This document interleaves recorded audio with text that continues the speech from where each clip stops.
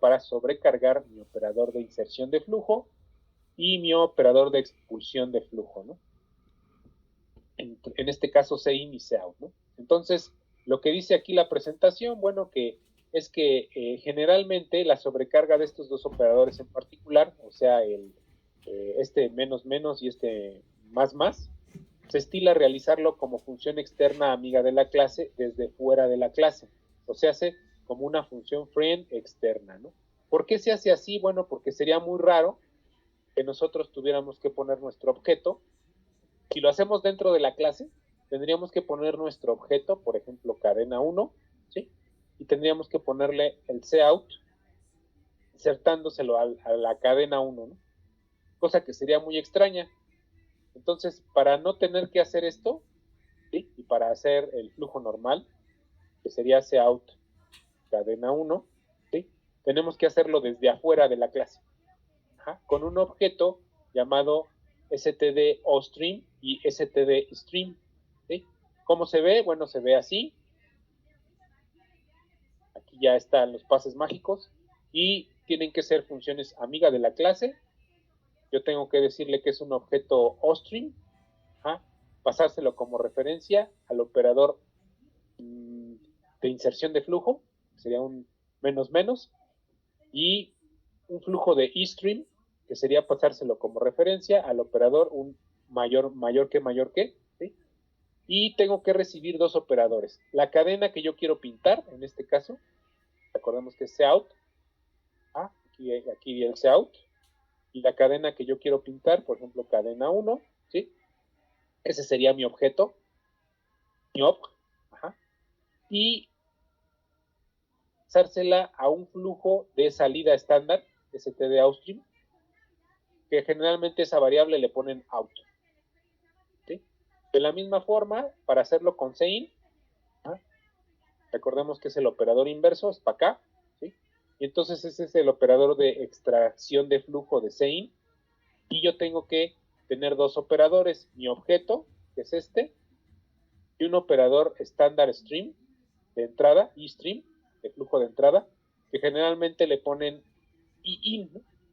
O que se maneja como referencia de in, ¿no? Bueno, así se hace. Entonces ya nada más aquí tendríamos que programarlo. O sea, esto es la declaración. Se declaran como clases amigas. Recordemos que usan dos objetos. Uno que es puramente de la librería estándar ostream, que le puse out. Y uno que es puramente de la librería estándar eStream, que le puse in. ¿Sí? Y mi objeto que yo quiero, ¿no? Que sería la cadena que quiero pintar o la cadena que quiero recuperar. Entonces, el primero es muy fácil. El primero simplemente se le pasa el valor a este objeto out. ¿Sí? El segundo es un poquito más elaborado. ¿Por qué? Porque hay que guardarlo en una cadena, ¿no? En mi cadena, ¿no? En la cadena que se le está pasando. Entonces, ¿cómo se sobrecarga? Bueno, recordemos que no tiene que ir en las funciones de la clase cadena, en los métodos de la clase string, de la clase mi cadena. ¿Por qué? Porque son funciones externas. Entonces tiene que ir en la parte de globales. Aquí sobrecargamos el operador de inserción o ostream. Tiene la misma sintaxis. ¿Por qué se borró ahí? std ostream, el operador, el inserción de flujo y lo que tenemos arriba, ¿no? Aquí no es necesario ponerle el std, les decía, porque tengo el using namespace estándar. De hecho, se lo puedo quitar. ¿Sí? Y aquí lo que hacemos es pasarle el objeto .str, o sea, el que recibe, a mi objeto out y regresar out, ¿no? Está muy sencillo, ¿sí? Aquí en la extracción de flujo, lo que voy a hacer es recibir un operador eStream, ¿sí? Entonces lo que se hace es pasarle la cadena, aparto un buffer para esa cadena, ¿sí?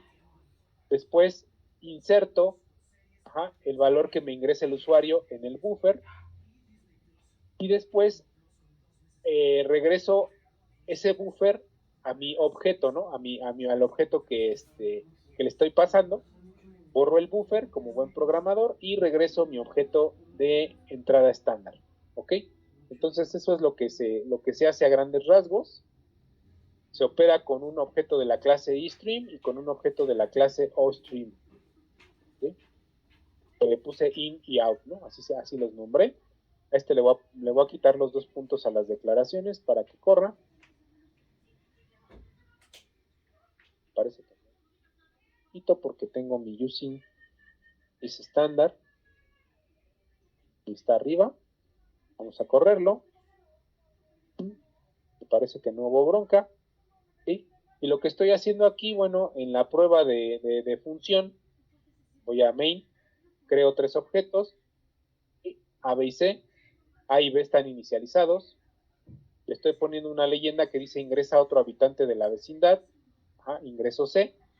Dice los habitantes de la vecindad son A, B y C, separados por espacios, ¿sí? Y puedo incluso volver a llenar los habitantes de la vecindad con sein. Estoy sobrecargando sein para ponerle 3 cadenas A, B y C nuevas, ¿sí?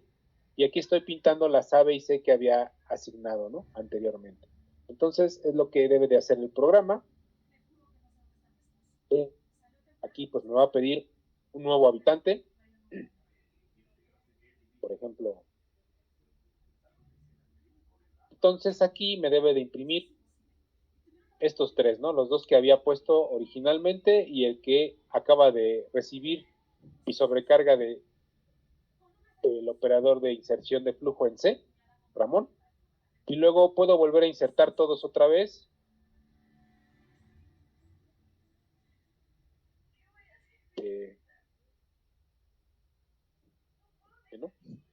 No sé, otro.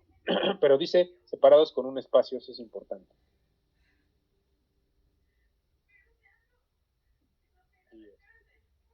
No sé, X. Perdón. Y aquí, algo pasó por ahí. ¿Sí? Estoy insertando los otros 3. Bueno, en este caso le voy a quitar los sumas extra. Que los capture. Vamos a ponerle A, B y C, ¿no? Nuevo. Cualquier cosa lo puede concatenar, ¿no? Entonces vamos a ponerle espacio 2, espacio 3, los debe de juntar, 1, 2, 3, y ya no está haciendo la sobrecarga del más y la sobrecarga de la impresión de esto, ¿no? Ok, bueno, entonces hasta aquí llegaríamos con la parte de sobrecarga, es como se hace la sobrecarga de YStream, de OStream. Tenemos que ver esto rápidamente. Vamos a ver rápidamente clases y la herencia. ¿Qué es la herencia? Bueno, es crear a partir de una clase existente, donde se establece una relación entre 2 o más clases, otra clase, ¿no? La idea es que las clases especializadas con sus propios atributos y métodos se hereden de una clase generalizada de atributos y funciones generales. Es como decir, bueno, yo tengo mi clase figuras y heredo una clase más especializada llamada círculo, ¿no? Por ejemplo. Entonces dice que el proceso anterior crea jerarquías de herencia dentro de los objetos creados a partir de cierta clase. Entonces, la herencia se puede representar de 2 maneras. La herencia simple, que se refiere a cuando una clase es heredada 1 a 1, o sea, una clase hereda a otra, por ejemplo, círculo es heredado de figuras, ¿no? O la herencia múltiple, por aquí me falta una R, en donde una nueva clase es creada a partir de 2 o más clases, o sea, le heredan otras clases, ¿sí? La herencia múltiple sí es un tema un poco avanzado, pero la herencia simple, pues, es la herencia estándar. Los términos asociados a la herencia, pues, son una clase base, ¿sí? Una clase que va a ser la clase base, o superclase, clase padre, que es la clase de la que se heredan atributos y métodos, ¿no? Y luego tenemos la clase derivada, o la subclase o clase hijo, que es la clase que obtiene los atributos y métodos propios de otra, ¿de acuerdo? Entonces, la idea, pues, es que tengamos un esquema así, donde tengamos una clase A, una clase B derivada de A, una clase C derivada de A, por ejemplo. Tenemos la clase figuras y tenemos a lo mejor la clase cuadrado, la B, y la clase círculo, la C, ¿no? Y aparte podemos derivar cosas de la clase círculo, que es derivada de A, de figuras. A lo mejor tenemos una clase derivada elipse, Y a lo mejor tenemos otra clase derivada hipérbola, ¿no? Entonces aquí estamos en un ambiente de mayor generalización y acá tenemos un ambiente de mayor especialización, ¿no? Entonces, esta herencia pues está basada en el principio de reutilizar el código y se realiza con dos tipos de relaciones fundamentales, ¿sí?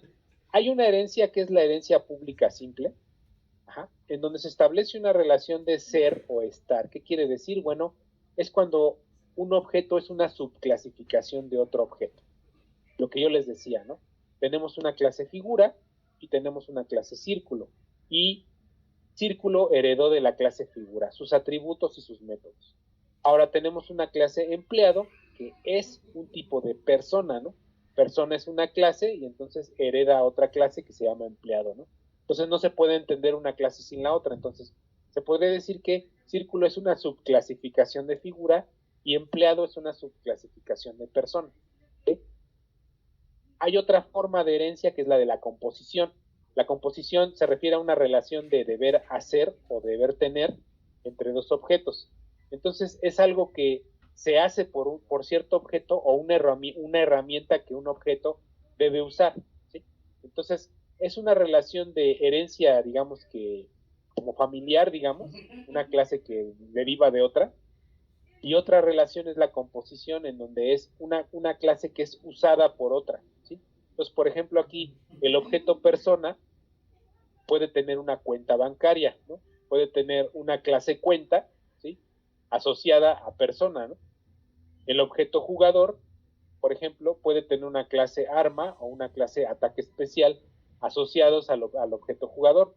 Y aquí también tenemos el objeto círculo, que puede tener asociados una clase color y una clase tamaño, ¿no? Entonces se podría decir que estas clases son complementarias o las usa la clase principal, ¿no? Y ese es un efecto de composición, una relación entre tener, ¿no? La clase tal tiene tal clase que le ayuda, ¿no? Que le asiste, ¿ok? Entonces, por ejemplo, aquí la composición les digo que es la forma que se ha estado trabajando más comúnmente. Entonces, el objeto parte de los atributos de otro objeto, ¿no? O sea, yo tengo mi clase persona que tiene un nombre y una cuenta, ¿no? Entonces, yo uso otras clases, uso atributos de otras clases, uso como atributos objetos de otras clases para mi clase persona. Esa sería la forma de la composición. Es lo que hemos venido usando, ¿no? Por ejemplo, cuenta usa un nombre y usa a lo mejor otra clase, ¿no? O jugador usa cuentas, ¿no? Por ejemplo. Entonces aquí es un ejemplo de la sintaxis de la herencia simple, ¿sí? Tenemos una clase base que va a tener sus propios miembros y tenemos una clase derivada que va a tener un especificador de acceso a la clase base. Entonces así se pone, ¿sí? Y el especificador de acceso puede ser cualquier palabra de estas tres, public, private o protected. Y estas tres pues marcarían el alcance de lo que se está heredando a la clase derivada. Si no se pone ni public, ni private, ni protected, entonces se maneja como una herencia tipo private, ¿sí? Entonces, bueno, más o menos cómo se ve esto, dice que la que establece una relación de subclasificación es la herencia de tipo public. Esa es la herencia que nos crea un hijo, se podría decir, o un derivado directo, que tiene todos los atributos y los métodos que tenía la clase original. ¿Sí? Y los especificadores private y protected establecen una relación de tipo composición. O sea, la relación es como de que la clase derivada tiene una clase base de la que puede servirse. O sea, es una relación como lo que les decía del jugador, que puede tener un arma o puede tener un ataque especial. Estas son las relaciones que establece cuando utilizamos el modificador private o protected, y el modificador public es el que crea una herencia directa, ¿no? Una herencia en donde se crea un objeto en base a otro con sus atributos y sus métodos, ¿ok? Entonces aquí digamos que ya habíamos programado en alguna ocasión, en otra clase, la clase account, la clase cuenta. ¿Y cómo sería la sintaxis si creáramos una clase externa, una clase derivada? Bueno, tendríamos que tener la clase cuenta, cuenta ahorro, que sería una nueva clase, y que está heredando públicamente a la clase cuenta, account, ¿no? Entonces ahora, cuenta ahorro es un tipo de clase cuenta pero que puede tener sus propios comportamientos especializados, ¿no? Y entonces, viéndolo aquí ya en un programa, ¿sí? Rápidamente, tendríamos a lo mejor algo así, programado como esto.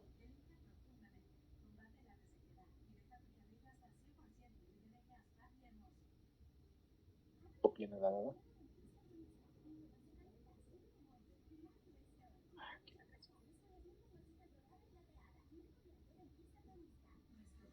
Tendríamos algo como esto, ¿no?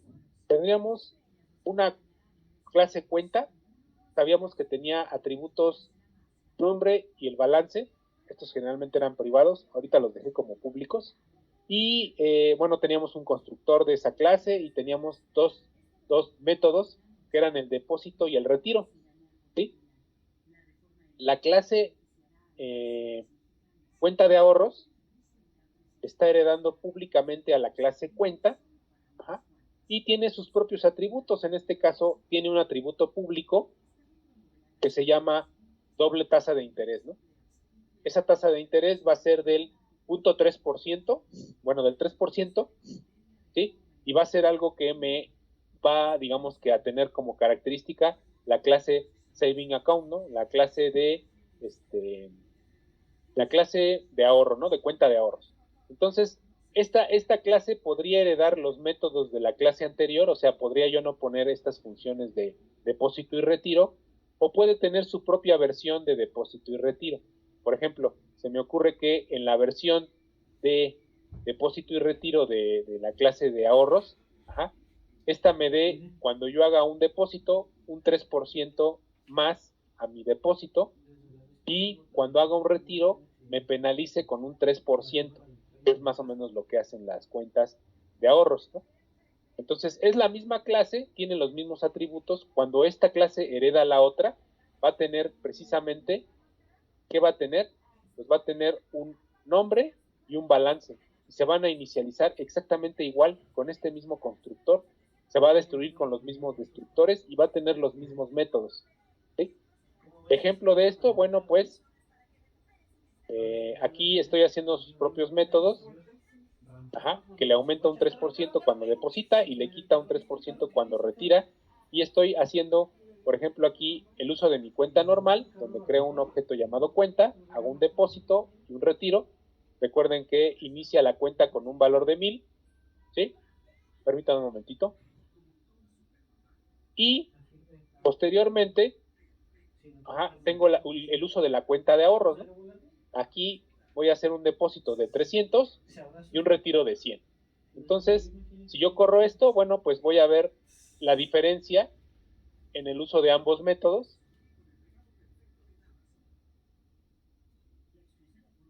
¿Sí? Tenía 1000, le pongo 2000, ajá, y retiro 500, ¿no? Es la cuenta normal, y aquí, ajá, cuando yo le deposito, me está añadiendo un 3%, que son 9 pesos, milagrosos 9 pesos, y me está retirando el 3% de mi cantidad cuando hago un retiro, ¿sí? Entonces, más o menos es la idea, van a tener los mismos atributos y los mismos métodos cuando se heredan de esta manera pública, ¿no? Entonces, digamos que la herencia. Cuando usamos un modificador protegido, definimos atributos y objetos en la clase base que serán de acceso y herencia exclusivos para sus clases heredadas. Quiere decir, para eso servía protected. Si yo, por ejemplo, aquí en mi clase yo le pusiera protected a la clase account, tiene que estar en la original. Tengo atributos públicos y yo tendría que tener aquí atributos protegidos. Así. Después de esta línea, solamente estos atributos serían heredados a las clases siguientes, o sea, son los que se podrían heredar a las clases siguientes con este atributo protected, ¿no? ¿Sí?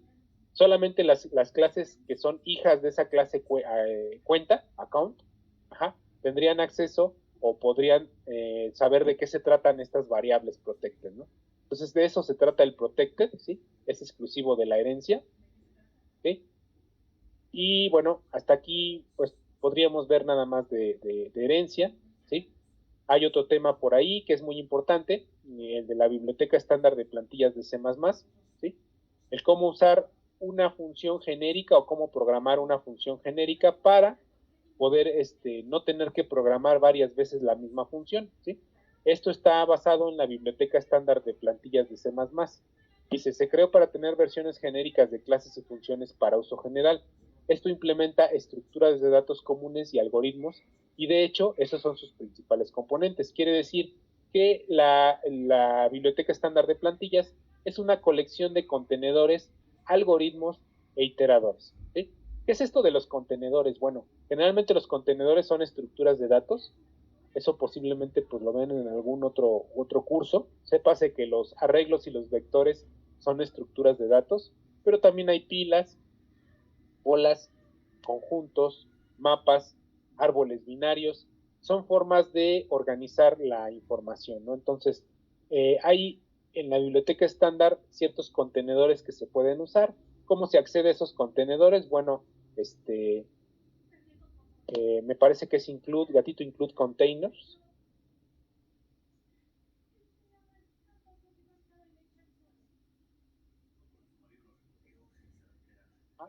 También hay algorithms, ¿sí? Algorithms también.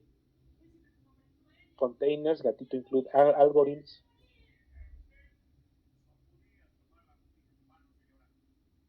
¿Sí? Me lo reconocen, ¿sí? Y son cuando estás incluyendo toda la biblioteca de contenedores y de algoritmos que puedes usar, ¿sí? Aquí, por ejemplo, en algoritmos, pues esos algoritmos son funciones para procesar secuencias de elementos definidos en los contenedores. O sea, me van a buscar con ciertas funciones a lo mejor un objeto. Por ejemplo, pueden tener la función encuentra, la find, la función máximo que me da el valor máximo de ciertos objetos, la función acumula, la función ordena, la función cuenta objetos, etcétera, ¿no? O sea, son funcionalidades que se van a aplicar a estos contenedores. Y luego tengo iteradores, ¿no? Los iteradores son generadores de secuencias de elementos definidos en los contenedores. O sea, yo puedo poner los contenedores en orden inverso, en orden descendiente, en orden por valor, en orden por deferencia. Puedo apartar las constantes de mis contenedores, etcétera, ¿no? Es una serie de operadores para iterar, ¿no? Entonces tengo estas tres valores en mi biblioteca estándar de plantillas, ajá, y de lo que se hace, o el ejemplo simple del uso de la STL, de la biblioteca estándar de plantillas, es utilizar la palabra reservada template o plantilla para escribir clases y funciones genéricas que nos permiten el uso de todo tipo de dato primitivo. ¿Qué quiere decir esto? Bueno, la idea es crear una plantilla, que es un modelo genético de un genérico de una clase o un objeto que el compilador va a utilizar para generar una función o una clase con los tipos adecuados. Yo les había dicho que estas plantillas se utilizan para que yo no tuviera que poner el tipo de dato, ¿sí? Generara una función genérica que me trabajara, digamos que tanto con enteros como con doubles, como con otro tipo de, a lo mejor con otro tipo de objetos, etcétera, ¿no? Entonces, a esto se le llama programación genérica o metaprogramación. La ventaja de usar estos contenedores es que esto se realiza en tiempo de compilación y no en tiempo de ejecución, lo que hace el programa mucho más rápido. O sea, esto se hace no como en Java, en donde se hace en tiempo de ejecución y es un poco más lento cuando hacemos uso de estos templates o de estos plantillas de función, ¿no? Entonces, el dominio de esta característica pues es algo complejo, ya que los errores en tiempo de ejecución del compilador son regularmente difíciles de entender. Perdón, los errores relacionados a su ejecución, no en tiempo de ejecución. Entonces, de lo que se trata es de utilizar una variable especial para apartar un espacio reservado a cierto tipo de dato. ¿Cómo se ve esto ya en la aplicación, no? Vamos a tener una función aquí que me obtiene el máximo de dos números, ¿no? Entonces, yo regreso el máximo de dos números A y B. Aquí se me fue a poner B y B. Comparo estos dos y digo, si A es mayor que B, entonces regresa A, y si no, regresa a B, ¿no? Pero lo estoy definiendo solo para un tipo, ¿no? O sea, solamente esta función solo sirve para enteros. Ajá. De manera que ahorita tendría que ponerle o pasarle los valores de X entero, de Y entero, y mandar llamar a la función con X y Y para que me hiciera la operación, ¿no? Entonces, en vez de escribir una función para cada uno de estos tipos, ¿sí? Vamos a designar a T como el tipo de dato genérico que llevarían todas. Vamos a reescribir esta función, poniéndole en vez de entero, le ponemos una t, puede ser cualquier identificador válido, y lo que se hace es usar la plantilla o la expresión, la palabra reservada template, ¿sí? Dándole un type name, para identificar la palabra reservada que vamos a usar, y dejamos los huecos, ¿no? Aquí me faltó ponerle una T y una T, pero de lo que se trata es que en vez de usar el tipo que vamos a usar, usemos esta T, ¿sí? Y si se trata de una clase, se sustituye este type name por una clase. Ahora, ¿cómo se invocaría? Bueno, se le dan dos valores enteros, sabemos que son enteros, y se invoca la función max, que es el máximo, que se le da el tipo de dato, ¿sí? Y ya podemos pasarle los tipos de datos que nosotros queremos, ¿no? Entonces aquí puede ser un double, puede ser un char, ¿sí? Nosotros adecuamos esta función a como nosotros queremos, dándole una función genérica que funcione para todos los tipos, ¿no? Entonces esa es digamos que el logro de la biblioteca estándar de plantillas y de el uso de nuestra función genérica con template, ¿no? Desgraciadamente, pues es todo lo que les podría yo dar hasta aquí, porque las calificaciones pues se tienen que tener el viernes, y pues yo creo que ya lo dejaríamos hasta aquí. El examen lo tendríamos el viernes, recuerden, sin espantarse, porque el examen es de clases y objetos, y de la parte 2, que son materiales que pues ya tienen desde hace un rato, ¿no? Entonces, de hecho, complementario a todo eso, les subí la presentación para que vayan corriendo sus programas de acuerdo a la presentación, si les sirve, y pues ya nos veríamos el día de mañana a las 7 para el examen. Sería igual la misma dinámica, ustedes entran, se loguean, entran al Classroom, se loguean al examen, y así le haríamos, ¿no? Salvo con Diego, que creo que me está pidiendo que se lo haga el día viernes. Entonces sería entonces sí es mañana, ¿verdad, profe, el examen? Es el día de mañana, sí. Okay. Salvo con Diego, que sería el viernes, pero es la única calificación que quedaría pendiente para el viernes. Y ya tendrían a partir de ese día, bueno, a partir del viernes, sus calificaciones. Ya no habría clase el viernes, ya estaríamos así cerrando el curso, ¿no? Pues gracias de antemano por su atención, y nos vemos el día de mañana para el examen. ¿Ok?